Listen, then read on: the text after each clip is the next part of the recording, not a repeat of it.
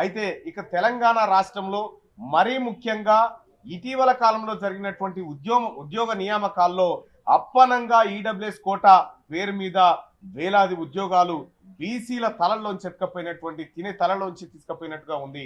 కాబట్టి దీన్ని సవరించాలని చెప్పి మేము విజ్ఞప్తులు చేస్తా ఉన్నాం. అలాగే తెలంగాణ రాష్ట్రంలో రాబోయేది పక్కా బీసీ సర్కారే. మేము ఇప్పటికే చెప్పినాం, తెలంగాణ రాష్ట్రంలో ఓసీ ప్రభుత్వం ఇది చివరి ప్రభుత్వం అని చెప్పడం జరిగింది. ఇక భవిష్యత్తులో ఖచ్చితంగా బీసీ ఉద్యమాలతో మరింత ముందుకెళ్తాం. అందరి నాయకులను కలుపుకొని, అన్ని పార్టీల నాయకులను కలుపుకొని ముందుకు పోయి బీసీల హక్కుల సాధన కోసం రాజ్యాధికారం వైపు అడుగులు వేస్తామని చెప్పి ఈ సందర్భంగా తెలియజేయడం జరుగుతూ ఉంది. అలాగే ఇవాళ 4 గంటలకి మహారాష్ట్ర సదన్లో ఎవరు తమిళనాడు ముఖ్యమంత్రి స్టాలిన్ గారు, అలాగే వివిధ పార్టీల నాయకులం అందరం కూడా ఇవాళ భేటీ కాబోతా ఉన్నాం.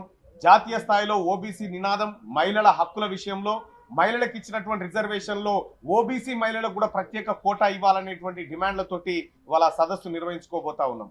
దయచేసి ఇప్పటికీ తెలంగాణ వ్యాప్తంగా ఉన్నటువంటి ఓబీసీ నాయకులందరూ కూడా ముందుకు కదిలి ఈ మహత్తర కార్యక్రమాన్ని దిగ్విజయం చేయాలని చెప్పి రాబోయేటువంటి 11 తారీఖున జరిగేటువంటి ధర్నా కార్యక్రమంలో అందరూ పాల్గొనాలని విజ్ఞప్తి చేస్తాం. క్యూ న్యూస్ లో పనిచేయటకు అనుభవం గల కెమెరామ్యాన్లు కావాలను సంప్రదించవలసిన నెంబర్లు 8688926084. qnewsads@gmail.com ను సంప్రదించండి. లైక్ చేయండి.